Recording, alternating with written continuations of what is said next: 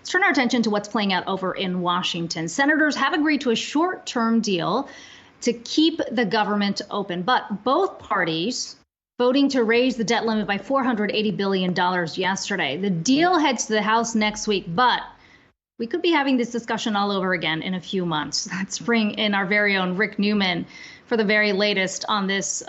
Rick, this feels like a familiar story.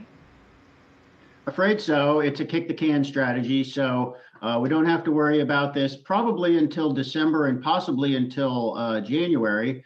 But the Senate last night passed a bill that would raise the debt ceiling by $480 billion. The House is going to come back in session next week and probably pass that on Tuesday, and President Biden will sign it. So the government will be funded until then, but it's going to come back around. And in the meanwhile, the drama in Washington is basically going to surround this question of whether the Democrats can pass the bipartisan infrastructure bill that has already passed the Senate but got bogged down in the House. And then, of course, the bigger spending bill the Democrats are having major arguments among themselves about. So there's going to be a lot going on in Washington. These things are all intertwined. And then the other, I guess you could call it the fourth thing that's on the calendar for later this year is the government is going to run out of funding again in early December. So these things could all get connected and intertwined once again, or Democrats could find a way to break them up, perhaps pass some of the infrastructure legislation, let's say, before they have to get to this question of the debt ceiling and funding for the government. So we can forget about it for a little while. Markets will carry on, but it's coming back, as you pointed out, Akiko. So, Rick, what do those 2 months buy? I mean, is it, like you said, about the conversations that need to happen within the Democratic Party on a number of pieces of legislation? Or is this just sort of, we can't come to an agreement now, let's revisit in December?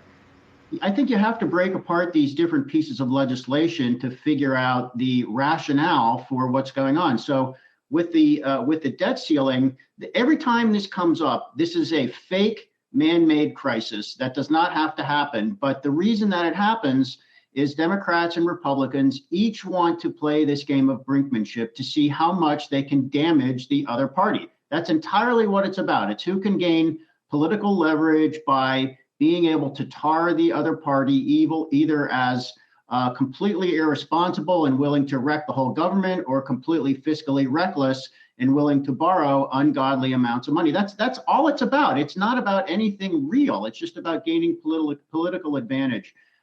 It would probably be a relief for everybody who's following these issues if the Democrats could pass the infrastructure bill, which does have some bipartisan support, and then whatever they're going to do with this other spending bill, just get to the finish line on that. But of course, that is a big battle of its own between progressives in the Democratic Party who want tons of spending and a kind of a transformation of the government's role in the economy, obviously a bigger role, and conservatives in the party, who we've been talking about for the last several months, who say that's too much and voters don't want a revolution. They just want some incremental improvements. So that argument's going to continue, and it's just going to be one sort of maelstrom kicking up again in Washington, D.C., starting around the middle of November, let's say.